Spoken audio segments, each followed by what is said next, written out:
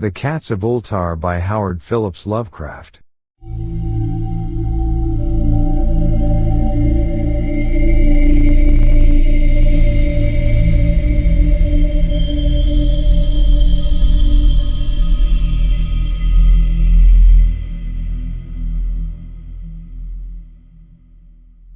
It is said that in Ulthar, which lies beyond the river Sky, no man may kill a cat, and this I can verily believe as I gaze upon him who sitteth purring before the fire. For the cat is cryptic, and close to strange things which men cannot see. He is the soul of antique Egyptus, and bearer of tales from forgotten cities in Meroe and Ophir. He is the kin of the jungle's lords, and heir to the secrets of hoary and sinister Africa. The Sphinx is his cousin, and he speaks her language, but he is more ancient than the Sphinx, and remembers that which she hath forgotten. In Ulthar, before ever the burgesses forbade the killing of cats, there dwelt an old cotter and his wife who delighted to trap and slay the cats of their neighbors. Why they did this I know not, save that many hate the voice of the cat in the night, and take it ill that cats should run stealthily about yards and gardens at twilight. But whatever the reason, this old man and woman took pleasure in trapping and slaying every cat which came near to their hovel, and from some of the sounds heard after dark, many villagers fancied that the manner of slaying was exceedingly peculiar. But the villagers did not discuss such things with the old man and his wife because of the habitual expression on the withered faces of the two, and because their cottage was so small and so darkly hidden under spreading oaks at the back of a neglected yard.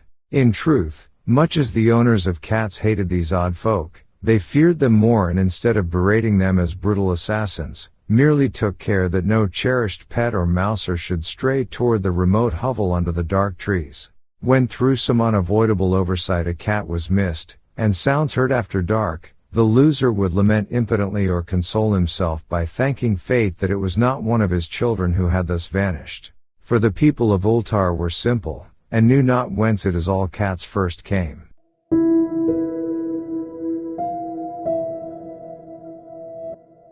One day a caravan of strange wanderers from the south entered the narrow cobbled streets of Ulthar. Dark wanderers they were, and unlike the other roving folk who pass through the village twice every year. In the marketplace they told fortunes for silver, and bought gay beads from the merchants. What was the land of these wanderers none could tell, but it was seen that they were given to strange prayers, and that they had painted on the sides of their wagons strange figures with human bodies and the heads of cats, hawks, rams, and lions. And the leader of the caravan wore a headdress with 2 horns and a curious disc betwixt the horns. There was in this singular caravan a little boy with no father or mother, but only a tiny black kitten to cherish. The plague had not been kind to him, yet had left him this small furry thing to mitigate his sorrow, and when one is very young, one can find great relief in the lively antics of a black kitten. So the boy, whom the dark people called Meanie, smiled more often than he wept as he sate playing with his graceful kitten on the steps of an oddly painted wagon. On the 3rd morning of the wanderer's stay in Ulthar, Meanies could not find his kitten, and as he sobbed aloud in the marketplace, certain villagers told him of the old man and his wife, and of sounds heard in the night. And when he heard these things, his sobbing gave place to meditation, and finally to prayer. He stretched out his arms toward the sun and prayed in a tongue no villager could understand, though indeed the villagers did not try very hard to understand, since their attention was mostly taken up by the sky and the odd shapes the clouds were assuming. It was very peculiar, but as the little boy uttered his petition there seemed to form overhead the shadowy, nebulous figures of exotic things, of hybrid creatures crowned with horn-flanked discs. Nature is full of such illusions to impress the imaginative.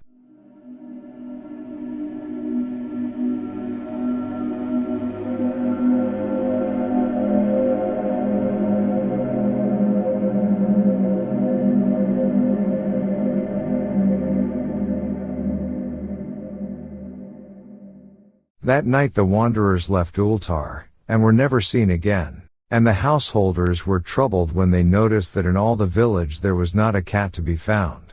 From each hearth the familiar cat had vanished, cats large and small, black, gray, striped, yellow, and white. Old Crannan, the burgomaster, swore that the dark folk had taken the cats away in revenge for the killing of Menie's kitten and cursed the caravan and the little boy. But Nith, the lean notary, declared that the old cotter and his wife were more likely persons to suspect, for their hatred of cats was notorious and increasingly bold.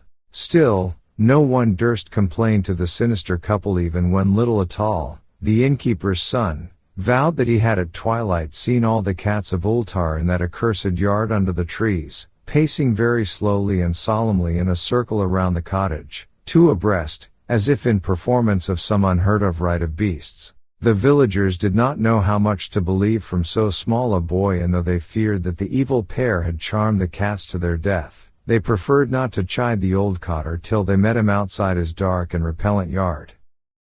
So Ulthar went to sleep in vain anger, and when the people awaked at dawn, behold, every cat was back at his accustomed hearth. Large and small, black, gray, striped, yellow, and white, none was missing. Very sleek and fat did the cats appear, and sonorous with purring content.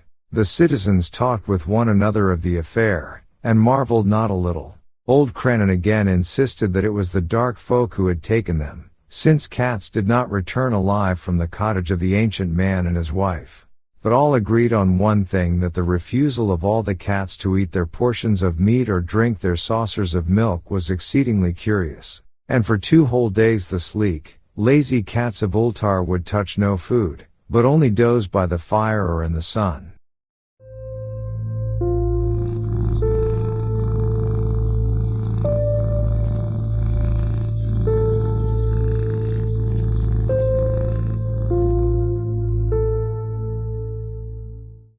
It was fully a week before the villagers noticed that no lights were appearing at dusk in the windows of the cottage under the trees. Then the lean Nith remarked that no one had seen the old man or his wife since the night the cats were away.